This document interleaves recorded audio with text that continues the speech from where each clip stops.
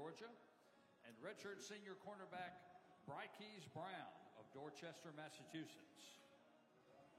We'll begin with opening remarks from Coach Elliott, and then we'll take questions both for Coach and for the student athletes. First of all, it's awesome to be here at the Sun Belt Media Days. For a coach that kind of going through the season we had a year ago, this has been a time I've been waiting for. We've done a lot of great things in our off season, but it's all coming up here in the month of August and this fall. Got two tremendous guys with me today: senior offensive lineman Travis Glover, senior defensive back Bryquice Brown. You'll all get to know, of course, throughout the course of the season. But they're tremendous athletes, tremendous leaders, and they have been a huge part of the kind of reset that we've had this past offseason for the last 6 months. I use that term reset because if you know anything about Georgia State and our football season a year ago, it didn't particularly go quite like we had planned. I think we had come into the offseason or come into the preseason right there with high expectations, and we go throughout the season. We have leads in 7 of our 8 losses. We lose 6 games by 7 points or less, and we finish our season with a 4-8 record. And when you do that as a football program and a football coach, and me being the head football coach, you have to really ask yourself, what went wrong? What were the factors that we have to deal with and we have to address to move forward with this football program? And I got to thinking, in those leads in the second half of last year, there was one thing in particular that we did when something unfortunate happened, when we struggled. Maybe it was a turnover, a block punt, or whatever would occur. We couldn't rebound as quickly as I wanted us to. For whatever reason, I really couldn't put my finger on it, but it would just happen. I can remember the loss at App State. I think we have a lead there in the second half, and we take the opening possession down, and we fumble a ball, and we couldn't recover there in that ball game. We had another block punt in a situation that shouldn't have ever occurred, but we just couldn't rebound. And so I wanted our entire football team going in, starting in January, and we started truly in January, making a change in our program. Not a wholesale change. I didn't think we had to go fix a lot of things, but we certainly had to develop a better mindset to overcome the adversity that we had encountered and what we're going to encounter moving forward. And it really started with a transition in our strength conditioning coach, bringing in a guy that I knew named Mike Siriano that I'd worked with from the University of South Carolina, and he had been in the conference at Appalachian State and done great things. And I knew our football program had to become uncomfortable for the next 6 months. From our coaching staff, to our athletic trainers, to our equipment managers, to every single player on our roster, we had to become uncomfortable. And we had to find situations that we could overcome in the course of those 6 months that were going to better ourselves moving forward in this fall. And I think we hit a home run. This is my 27th year of coaching. I don't think I've been through another off season quite like this. It was exceptional. We developed a tough football team. We were already tough. We developed a physical football team. We developed a mindset where the disciplinarians right now, our players were taking care of everything in general. We as coaches didn't have to step in. The ownership was put on their backs. We had to take those guys places that they really had never been before. And as coaches, we don't talk about that a whole lot. But in this day and age, in this game, and especially with me being the head coach, we had to go places that they couldn't take themselves. We took our football team, our coaching staff, and our program to those areas, and we brought ourselves back out of it. And today, we stand a much stronger football program, team, staff, and everything collectively than we did that day we lost at Marshall, that last game. We utilized an early spring practice so we could get bigger and stronger and have much more time to develop our athletes, to get those guys to being pushed by Coach Siriano and our coaching staff. And it has paid dividends. I think right now we sit in a great position. Preseason is preseason. I don't look at all these preseason rankings all that much. I don't put a whole lot into it because we've had to reset our roster as well. I think we have 12 or so transfer portal guys. We had to bring in guys, so we had to reset our roster. I think when you go out and you have to anticipate that you got 23 or 24 guys that you sign, and then you have to sign an additional 12, it makes it really hard. And we're in a new age that we all really don't know right now on how to really maneuver that. And so we're all learning on the run. But I can tell you the transitional guys that we brought in, the transfers that we brought in have stepped in, and they've stepped right to the plate, and they have worked hard, and they've developed great relationships with these young men right here, our players that are on our staff, and we're ready to come out and compete. Now, I do know one thing. If we have improved in academics, we've improved in our physical nature, we've improved in our mindset, and we take all this stuff into August camp, and we improve in that month, then we're going to have a much better chance to be a football team. So those fourth quarter leads that we had a year ago are now becoming fourth quarter victories. And it's all about mindset. I didn't think we really had to change all that much, but we had to take our place somewhere we hadn't taken ourselves in a long time, and we did that. We're prepared. We're physically and mentally strong right now. We're not a cocky group. We certainly can't be. Nobody's talking about Georgia State, rightfully so. But we're a confident group. And so when we take that field come Tuesday morning and we go out there and pursue the Sun Belt Championship, because that's what we're doing, we're pursuing a Sun Belt Championship, then we're going to work ourselves to the very best we can. And we're going to strive every single day to not really think about the losses and how they occurred a year ago, but to really just have that in our back of our mindset and know when you have to push through adversity in that practice, come in that August heat, and we're going to practice in that August heat. Doesn't matter how hot it is, that we will overcome it. And so on that doggone September 1st or the August 31st opener against Rhode Island, we're ready to go out and succeed. And I think it's an awesome time. I'm so excited, and everybody used the term excited. The anticipation for me to start practice is at an all-time high. I can tell you, and I'll share a story. My head coach, when I was a player, he told me a story about one of the worst defeats he ever had. And this was Jerry Moore at Appalachian State that coached me. And it was after a loss at Marshall. And I remember to this day. He said the worst post-game meal, the worst sandwich he ever had was at Marshall University, last game of the year. And I believe that was in 1989. And he said he made a point at that point right there, at that stage, after that season, that it wasn't ever going to happen again. And I can remember that doggone post-game meal that we had at Marshall because it was pitiful. And it tasted like crap. I'll just go ahead and be honest with you. And I made that statement. I reflected on that story, and I said, this is not happening again. And it's because of these men, our coaching staff, and a few other changes that we made that we're looking forward to a great season. And I can't wait to get it started. Any questions? We'll now take questions for Coach Elliott and for the student athletes. For those of you in the room, if you have a question, please raise your hand and wait for a microphone to come to you. And since we're going out live, please state your name and your media affiliation before you ask your question. And for those of you joining us on Zoom, please type your questions into the chat, and I'll read them aloud. And Coach and Travis and Bryquice, I have a question for all three of you. First up on Zoom, you won 4 out of 5 at the middle of the season. What was working for you then, and what can you do to avoid those struggles you mentioned at the end of the year? Yeah. Well, first off, we opened up with a really tough non-conference slate. I mean, let's be honest with you. I don't think if anybody was doing a poll in here, you'd want to start with 2 Power 5 programs right from the start. And it was the case. It was tough. And then you play an Army team and a Charlotte loss that we had right there. But we really became healthy, and we started getting in a groove. We had some early injuries after our North Carolina game where we lost a couple offensive linemen. And if you ask me, when you lose a couple offensive linemen, you have to start mixing, matching that group in there. You start to have some struggles. We all understand that. And we had some other struggles as well with some other injuries. And then we became healthy. And then we made a little run right there at the middle of the year. And I think, I don't want to point Dave out, but then he jinxed us. He said, this kind of reminds me of last year. And I said, God, Dave, why do you got to say that? But no, and then we got a little bit of the injury bug, and we just couldn't finish.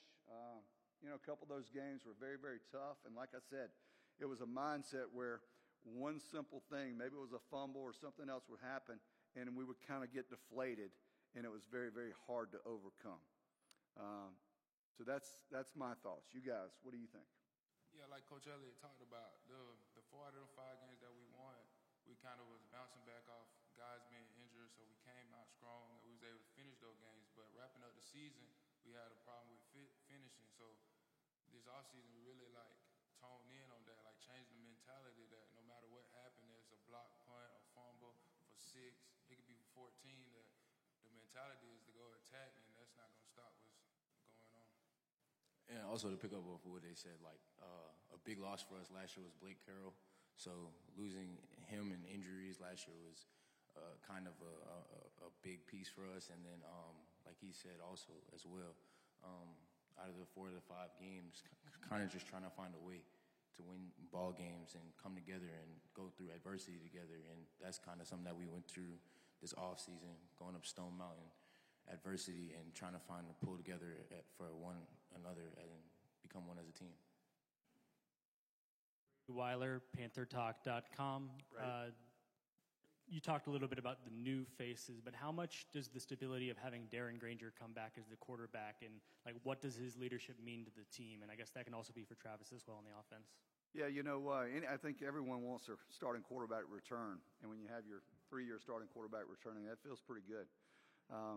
One of the most things that I'm really impressed with Darren is Darren has really become a stronger leader over the last 6 months, and that's because of everything that we've gone through over the last 6 months. That's because of the adversity that we had there in this past season.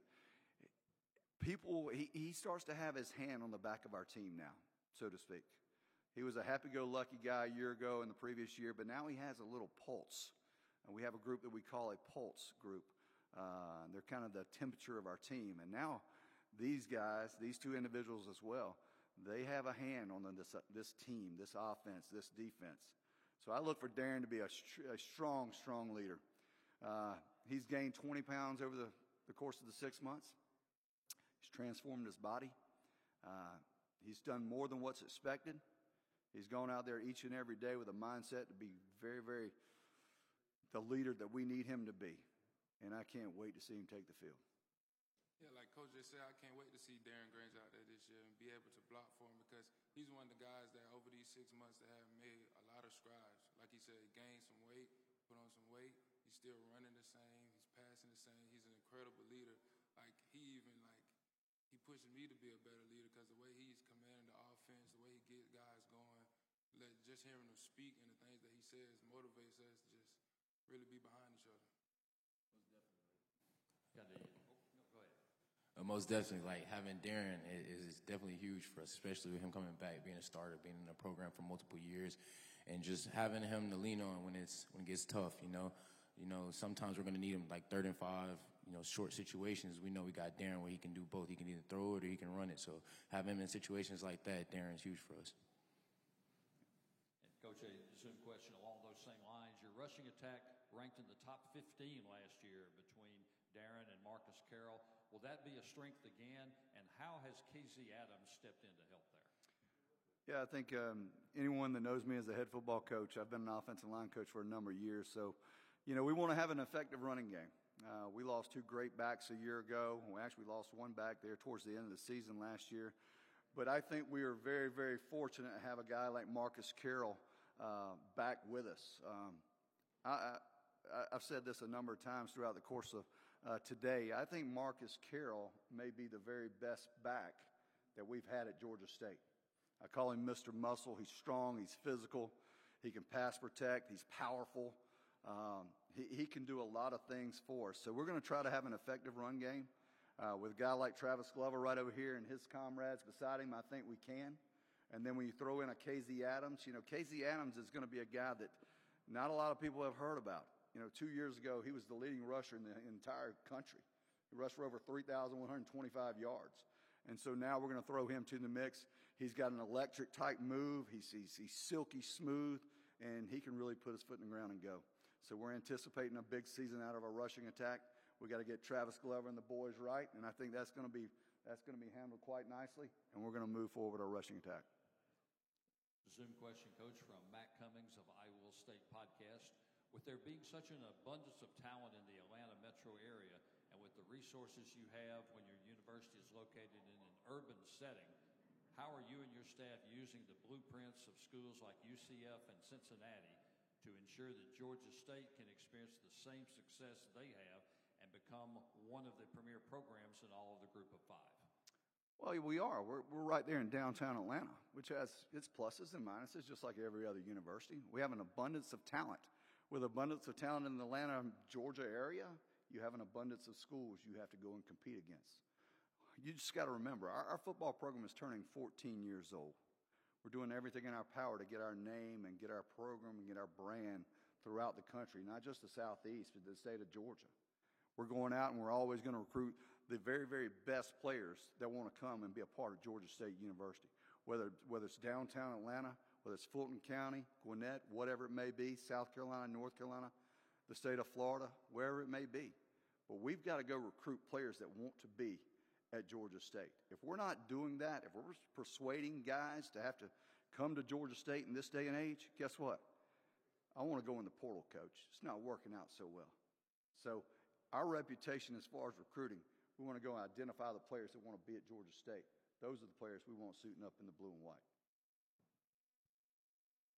A question for Bryquice on Zoom. Your brother plays in the NBA, just won a championship with the Denver Nuggets. With both of you being elite athletes but in different sports, what is more likely? You dropping 10 points in an NBA game or your brother picking off a Sun Belt quarterback? I'll give him picking off a Sun Belt quarterback. Just because he's 6'5", he's athletic, and you really can't throw the ball over him. What about you scoring? Oh, I'm going to get my buckets for sure. There's no question about that. He can't throw the ball in the ocean, I promise you. You're not scoring if you're sitting on the beach right there.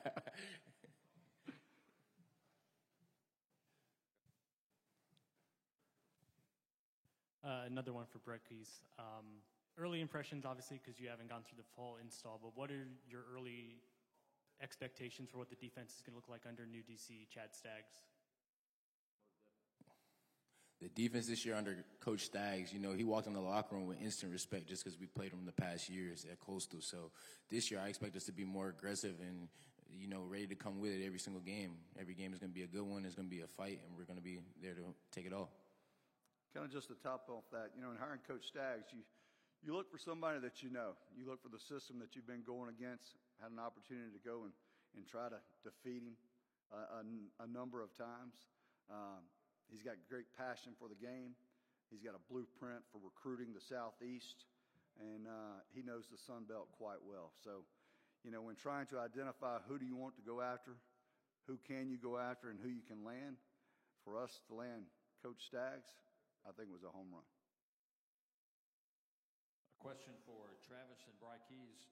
Across college football, there are always new faces with transfers. How do you go about getting everyone to gel together, especially early in the season? I feel like that's a big part of Georgia State University. Once guys come in, we kind of all gel together and really become a family. I feel like the extra work, getting guys up late night after workouts, just to go and just get acquainted with each other, to put in work, to see what passion or what drives them is really what really gel us all together. One thing I would say about our team, we're together all the time. So doing little things like going to explore Atlanta. Like recently, me and the DBs, we rode the belt line together on bikes just to spend some time together, just to bond together and do little things to understand one another. So that's huge for us. Any other questions in the room?